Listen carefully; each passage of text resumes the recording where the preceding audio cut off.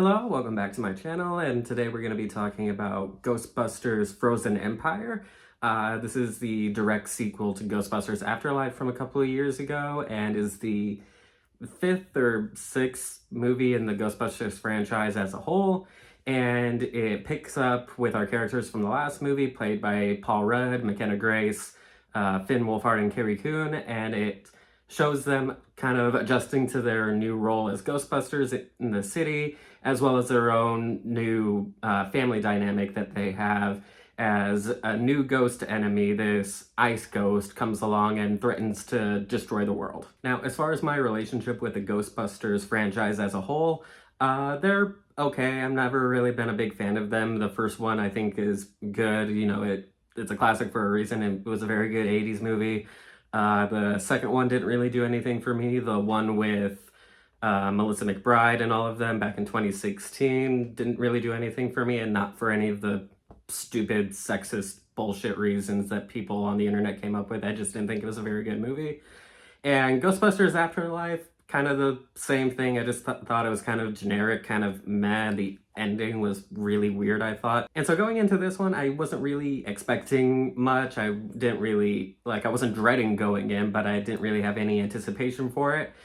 And to be honest, that's probably the best way to go into it, just with, no expectations really, because this movie, while I can't say it's bad, it's nothing really special, and it's just kind of generic. You can tell that the movie has a budget, it's well shot. The visual effects, as well as the practical effects, are all very well done.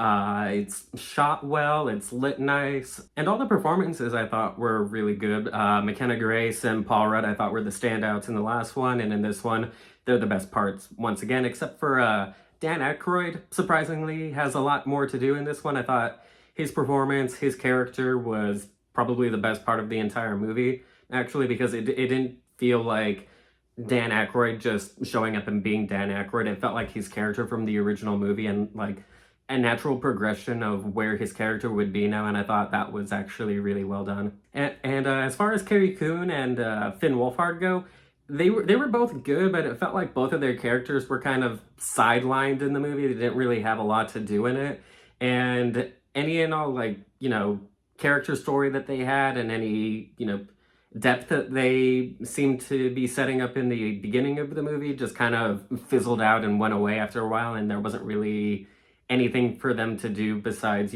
point the, ghost hunting weapons at the ghost at the end and shoot at it. And so that was kind of a letdown.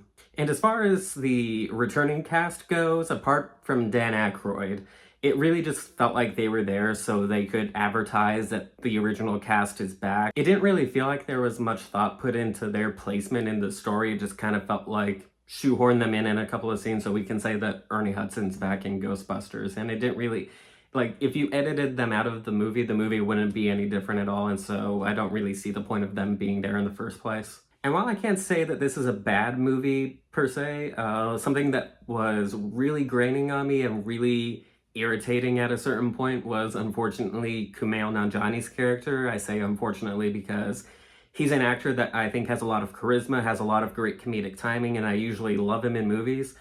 But in here, it just felt so out of place, so forced. The material that he was given wasn't funny. It was very generic MCU humor, and what they do with his character, at the midpoint of the movie and carrying through to the end of the movie, I just thought was so stupid. It felt completely out of place from what Ghostbusters should be, and it just did nothing for me. And I'm sitting here trying to think of anything else really to say, but I can't really think of anything else. It was a very bare bones, by the numbers, paint by numbers Hollywood movie. It wasn't bad.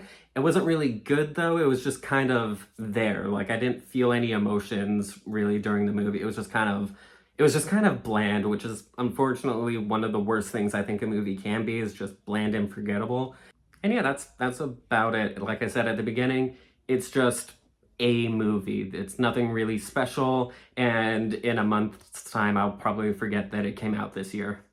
So yeah, that's about it for this one. Let me know if you...